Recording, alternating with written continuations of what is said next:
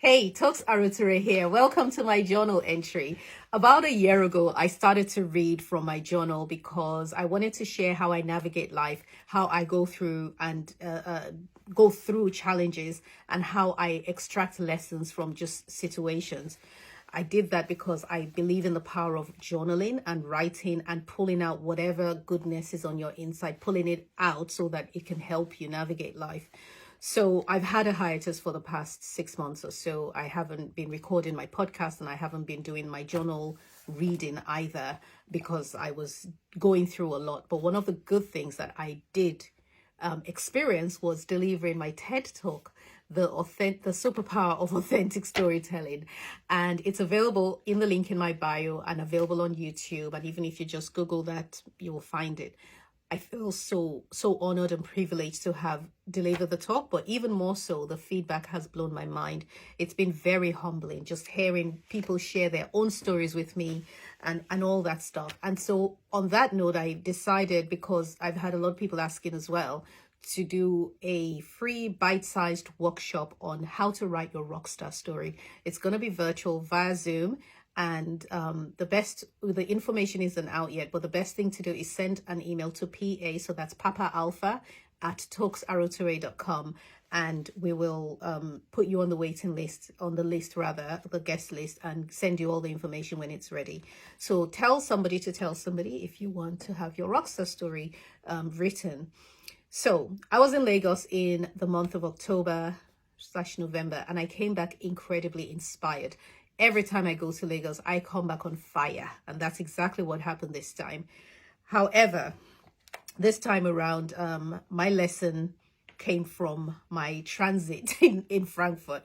So the bit I'm going to read is, "This is hard, but you can handle it. And you can do hard things." So I was flying in from Lagos to London, and I went through Frankfurt, and I got the worst food poisoning ever.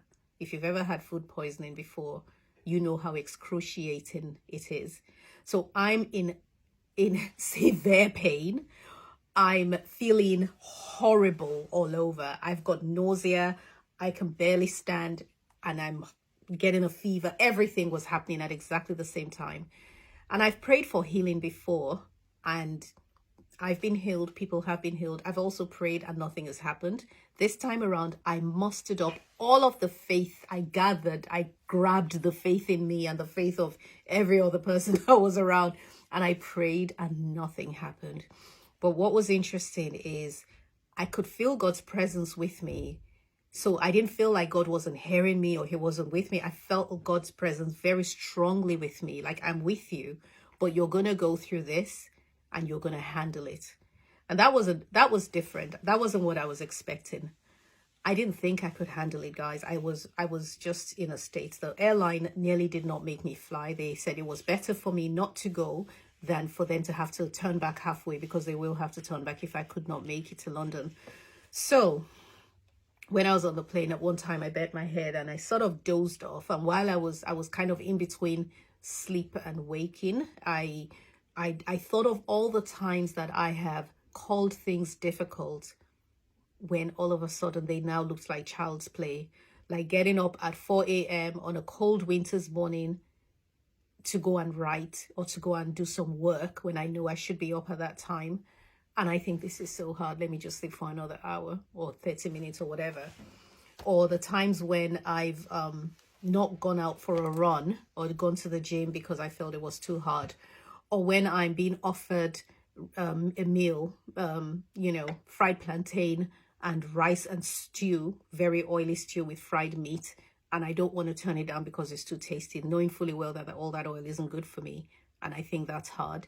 All of a sudden, I realized that that's not hard, okay? What I was going through, this was hard. It became the benchmark with which I would measure anything else in the future that I think it's hard. So that's what my trip did for me. It blessed me. And not long after, 2 weeks later, I was working with my coach, and she told me there's something I needed to do. I needed to change the way that I was doing this particular area of my life. And I've done it like that for decades. And I thought, I can't start changing now. That's too hard. Like, I can't. I recognized that I was now at a very familiar door, which I often walk through or walk past or turn and go away in a different direction. And it's that point when I've used up all of my enthusiasm and I'm excited about something. And then I get to a point where the enthusiasm dies off. My confidence in my ability to do it is at a low. And the only thing I can do is give up.